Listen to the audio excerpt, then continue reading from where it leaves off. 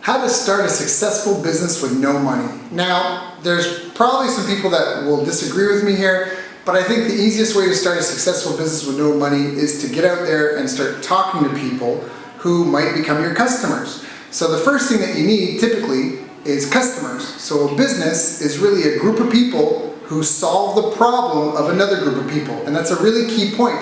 They solve a problem. It's not they serve a demographic. It's not, the demographic is the group that you're helping with the problem, but there might be many demographics having the same problem. So don't focus on the demographics, focus on the problem that you're trying to solve. And to start the successful business with no money, you really just need to talk to people to find out who's having this problem and try to get some sort of upfront commitment from them, maybe half now, half later type deal in terms of payment. Maybe it's a down payment, maybe it's something, just something to get them to commit and kind of put their money where their mouth is a little bit to say that, hey, I will invest in you and your business to help me solve this problem. And as soon as you have that payment, you now have a business, okay? Now, is that a successful business? Not really, right? I mean, ideally a successful business is something that's been successful for years on end. So once you've got someone who's agreed to pay you to solve a problem, now you need to make sure that you can deliver the result that they're paying you for. People pay for results, again. So what's the result they're paying you for? How do they want that result delivered to them? And really this is about communicating with them and making sure that they're happy and make sure that you can deliver it. And then finding a way to do that at scale. So once you started having a few transactions, really what I just described is kind of how you should start off to get your first 10, 20 sales. Just talking to people, trying to get out there, figure out where the people having this problem are, talking to them about that, figuring out if they're willing to pay money to have this problem solved, figuring out if they're willing to pay you money to have you help them solve this problem. And then once you have that commitment from them, doing what you need to do to get the result. And now that you've got that result, you want to try to create standards around it so you can maintain quality control for everyone that's going through, and probably you're going to need to start building a team.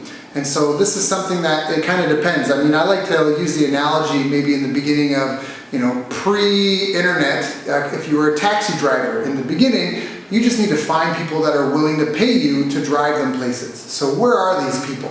What schedule are they on, right? Why are they trying, what kind of experience do they want? Do they care if you smoke in your taxi? Do they want a non-smoking taxi? These are things that you're only going to find out by talking to the people and just kind of getting out there and doing it, getting started.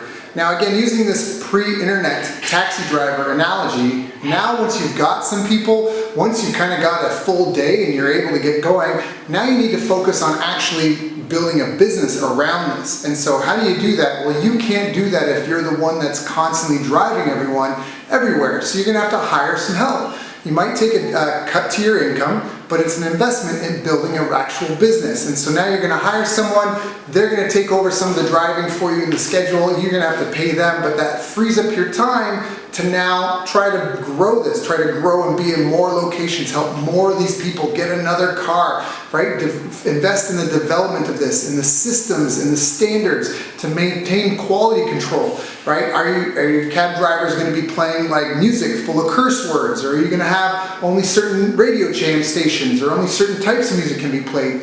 This is all kind of part of it, right? Like you're creating an experience and producing a result for people.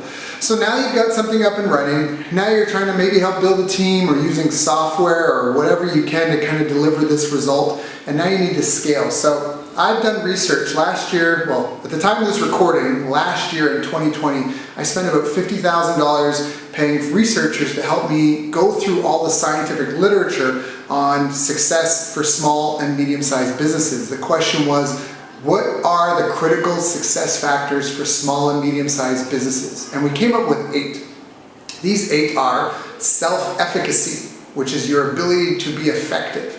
Means when you wake up in the morning, do you effectively use your time, your energy to get the things you need to get done? Does your team, are they effective with their time? Are you an effective communicator, right? Are you an effective leader? So self-efficacy is a huge part of this, because if you wake up every day with the same things on your to-do list and they never get done, you're not going to go anywhere. You're like a car stuck in mud. You're not going to move forward.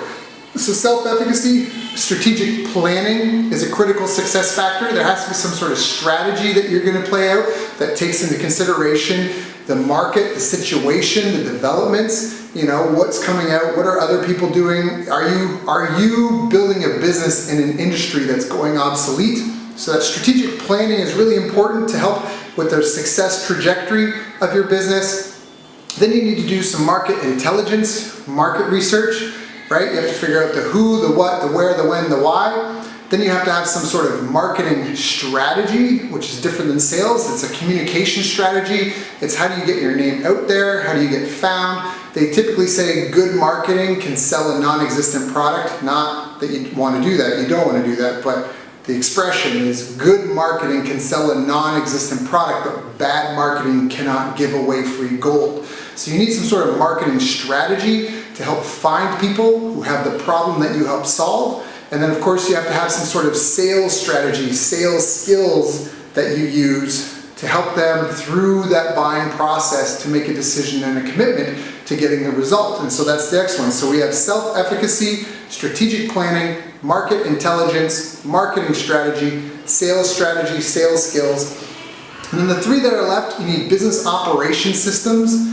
This can be meeting rhythms, it can be your legal department, it can be your communication flow and channels. Where do you store your resources? What are the operation systems? What's the glue that holds people together? How do you hire people? These are all operations type things. Then you also need money management, because money is like, money to a business is like gasoline to a car. So money management is a really important part of having a successful business. And then the last one is business intelligence. And what business intelligence is, it's feedback loops. It's feedback loops on how you're doing compared to your competitors, how your customers think you're doing, how effective your team's building. It's that feedback loop on how your business is and performing. It's the mirror that's showing you whether you got boogers on your face or you look nice or not. So those are the 8 critical success factors. We did identify a 9th, which was government and economic conditions, but those are beyond typically, maybe not in all cases, but typically, you're not going to be able to do much to change the government. You're not going to be able to do much to change the economic condition. So we focus on the 8 critical success factors because these are the things you can do something about. For more information on these 8 factors, you can go to bestbusinesscoach.ca.